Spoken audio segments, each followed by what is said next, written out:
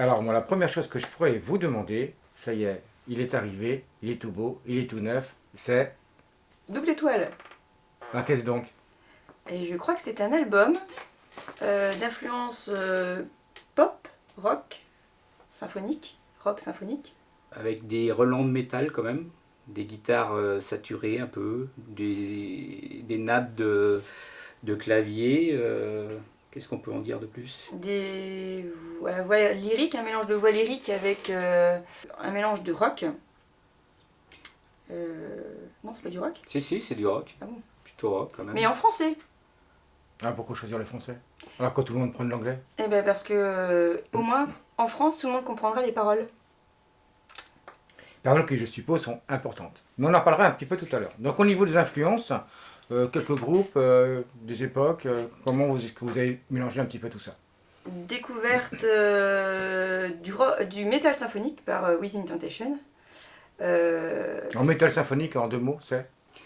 Un mélange de métal, disons que c'est un courant de métal qui reprend des thèmes symphoniques ou une influence symphonique de musique classique.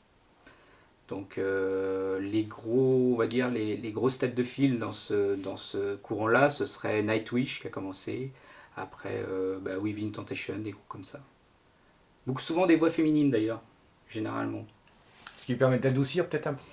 Oui, c'est ça, je dirais que c'est un courant qui mélange quand même une musique assez dure derrière, des rythmiques assez soutenus, et puis une voix lyrique. Une voix lyrique, voilà. Donc une voix, les anges et les démons. C'est ça.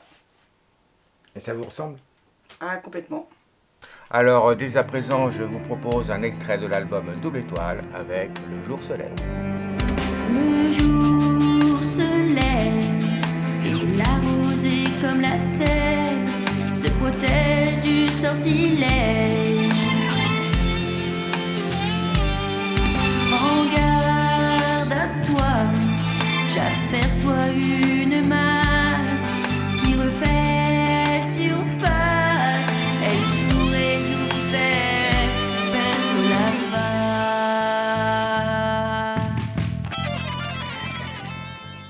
On va parler un petit peu comme encore de cet album. La construction, la réalisation, comment est-ce que ça s'est passé? Alors la réalisation, elle est entièrement faite maison, du début de la pochette de l'album jusqu'à la conception et au mastering. D'où le temps passé dessus. Ça fait 1 an et demi à 2 ans qu'on est sur cet album.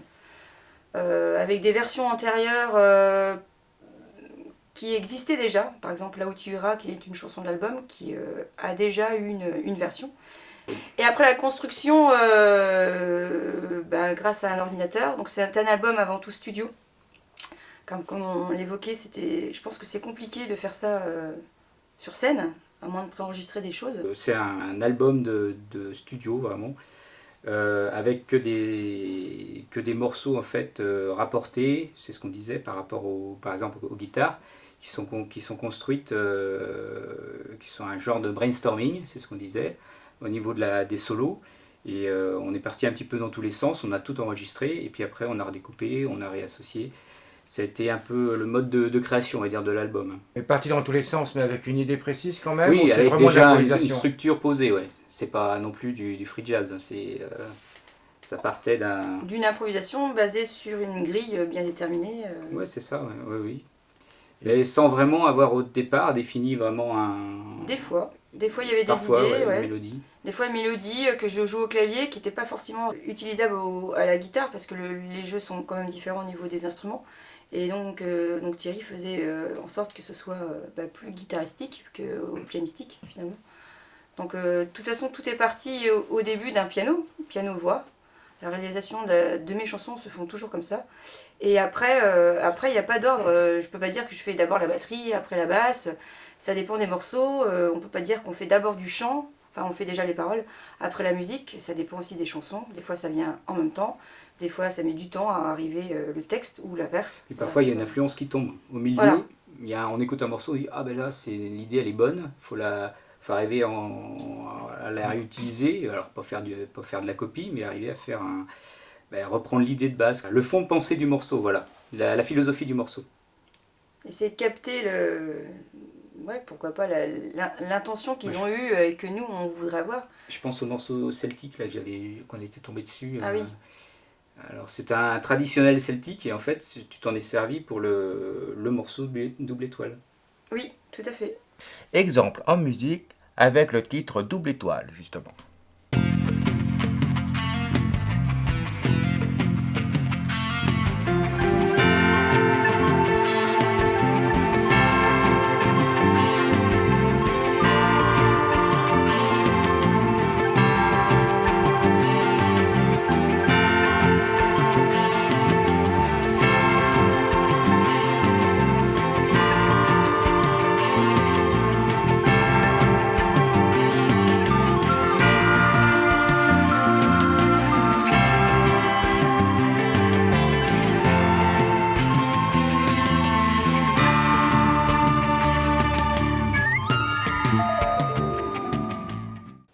Après, il y a des tin whistles, des choses comme ça, des instruments plutôt traditionnels, et puis des instruments complètement symphoniques, avec un violoncelle parfois, ou des voix, des chœurs, des choses comme ça. Donc c'est le petit côté, on va dire, très avec les corps, beaucoup de corps et de cuivre, et beaucoup de violon. Voilà. Et ça, c'est le côté vraiment classique que j'ai toujours aimé, et voilà, que j'ai appris au conservatoire, et voilà, donc c'est bien.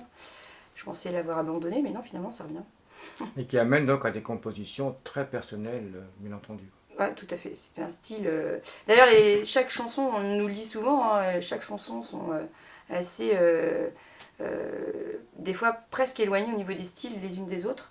Et puis il faut savoir que comme ça fait 1 an et demi à 2 ans que je suis sur l'album, eh bien on a d'autres influences par rapport aux écoutes qu'on peut avoir en dehors.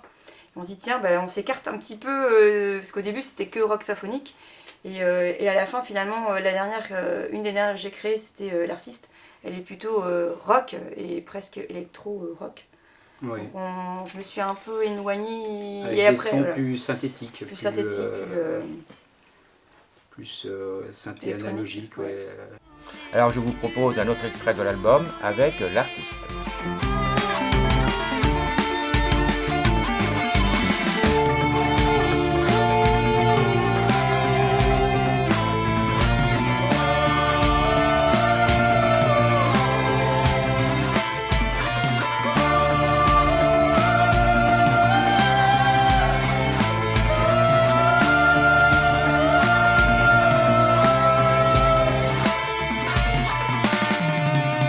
T'as cessé de voir ton public alors qu'on trouvait sympathique, mais tu t'en contrefiches, que tu veux ton nom seul sur l'affiche. Donc en fait, le but, vous avez fait plein de petits morceaux, vous avez rassemblé tout ça, vous avez bien sûr visualisé, enfin nous on dit visualiser en vidéo, mais Ouais. vous avez visualisé ça un petit peu et vous avez tout assemblé et ça fait un superbe morceau, c'est ça. Voilà, et sur le temps, en fait, ça a évolué. En fait. On pourrait peut-être retrouver chronologiquement l'ordre des morceaux, finalement, parce qu'on voit presque, je pense, l'évolution. Alors, l'ordre des morceaux ne correspond pas forcément à l'ordre chronologique de création, mais je pense qu'il y a une progression dans ce sens-là. Alors je vous propose maintenant un petit intermède avec Juste toi et moi. Laisse-moi partir, on se retrouvera de toute façon dans l'au-delà. Même si tu n'y crois pas, laisse-moi te regarder une dernière fois et laisser passer ce moment. Juste toi et moi, juste toi et moi. Juste toi et moi.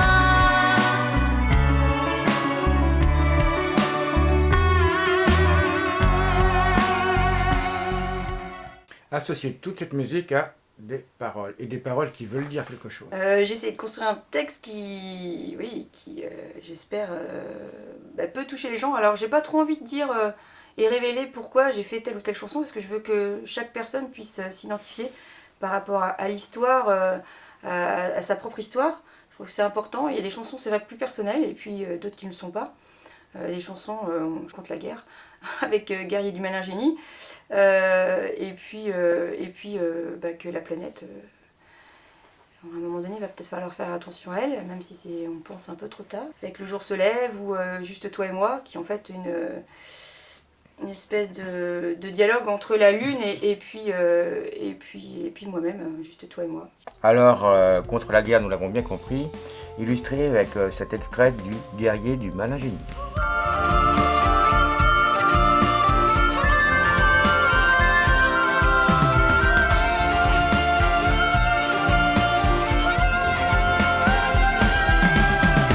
Un genou dans le sang, face contre terre.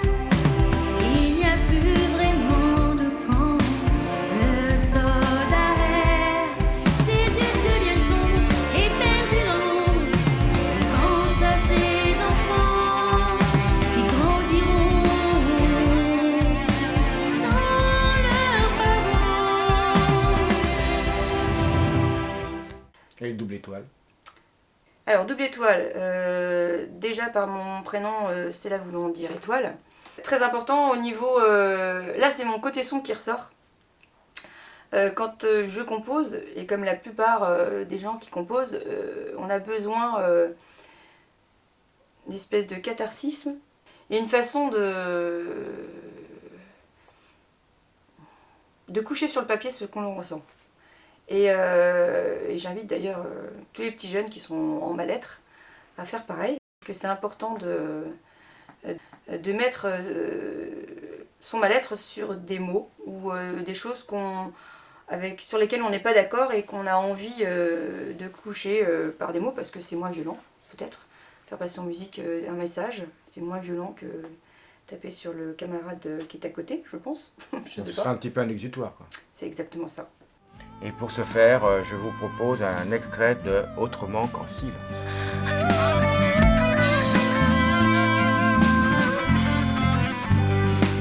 On devrait pouvoir mourir autrement qu'en silence et pouvoir partir de ces vies comme des immenses. Vous pouvez crier aussi fort que le silence pour essayer de combler cette absence.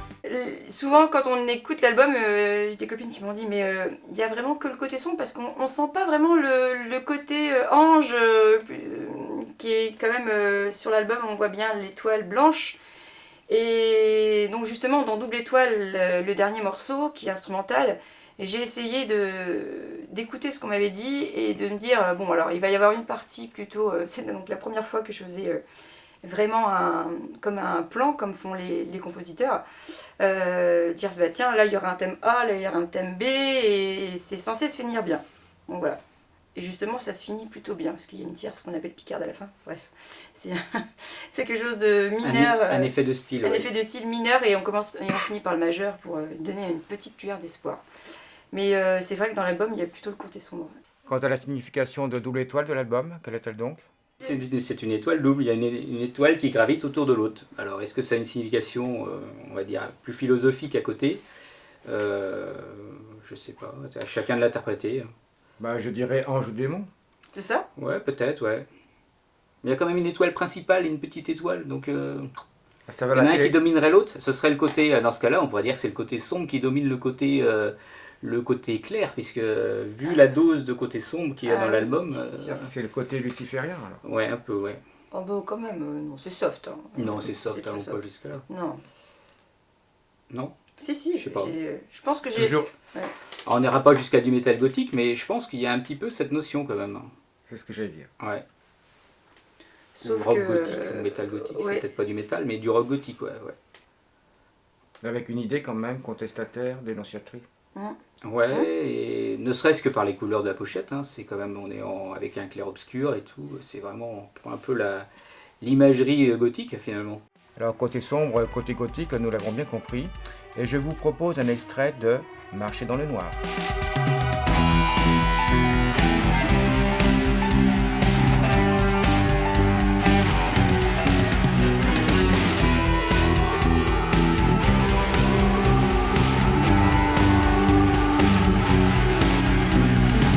Où sont passés mes rêves? Je ne sens pas à ma place. Avoir l'impression d'avoir raté plusieurs marches. Et le temps a fait son œuvre. C'est loin d'être un chef-d'œuvre. J'ai perdu la flamme, j'essaie de survivre. marcher dans le noir et voir s'enfler dans les flaques le reflet d'un moi que je ne reconnais pas. Sans vouloir philosopher, vous pensez que les gens vont pouvoir quand même s'interpeller? Ce sera à eux de nous le dire. Je les invite à réagir sur mon site. J'attends, justement, pourquoi pas. Alors justement, vous avez toutes les informations sur le site. Vous trouvez donc toutes les informations par rapport à cet album sur Stella-Sarah. Vous tapez en plus double étoile et ça devrait y aller directement. En sachant que donc vous proposez le CD classique, d'accord, pour les vrais amateurs de musique, je dirais, et également en téléchargement. Voilà, un téléchargement sécurisé, c'est important de le savoir. Donc sur mon site, voilà. Au prix de 12 € pour le CD et de 10 € en téléchargement sur internet. Et pour terminer, je vous propose un dernier titre, un très beau texte tellement vrai, Vivre ma vie. Merci à vous.